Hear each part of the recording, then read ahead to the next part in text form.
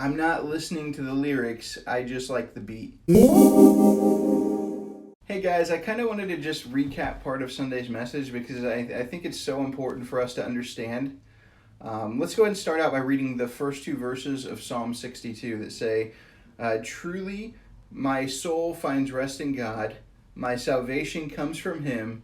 Truly, He is my rock and my salvation. He is my fortress. I will never be shaken. Now, think about this. Have you ever heard anyone say, I'm not listening to the lyrics, I just like the beat? And you're like, really? Usually they're embarrassed that they're listening to the song or they got caught listening to it or something. You're like, really? Well, when reading the Psalms, it's easy to like the beat of what we read and then never let the truth become a reality in our life. It's important to ask ourselves when reading the Psalms, does the music of my life have a good lyrics or just a good beat? Because it sounds good to say that God is our salvation, our rock, our fortress. It sounds good to say that He's our hope and our refuge. Those things sound good. They make for a good beat. But if we aren't listening to the lyrics, if that beat isn't a reality in our life, then we've kind of missed the point of the psalm. Uh, these are simple truths. They don't take a lot to understand, but they are a lot harder to actually daily walk out in everyday life. I could say God is my fortress, right?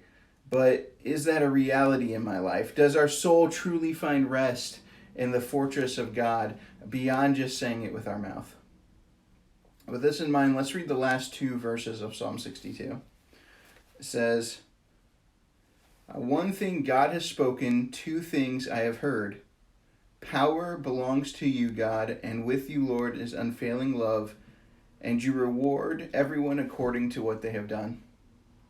You see, David recognized that he really needed to make this a reality in his life, so he recognized that the power to overcome any physical, emotional, and spiritual obstacles in his life, the power to forgive, the power to be patient, the power to love others, the power to endure, the power to choose joy. In fact, all power belongs to God. All power belongs to God, and His love is unfailing toward us. David also recognized that not only does God reward those that seek Him, but that God is the reward that we should all be seeking. So just remember, don't try to power through that obstacle, that temptation, that circumstance you're going through right now. Don't try to go through any of the pain, the grief, the fear, or whatever it is you're going through. Don't do that alone.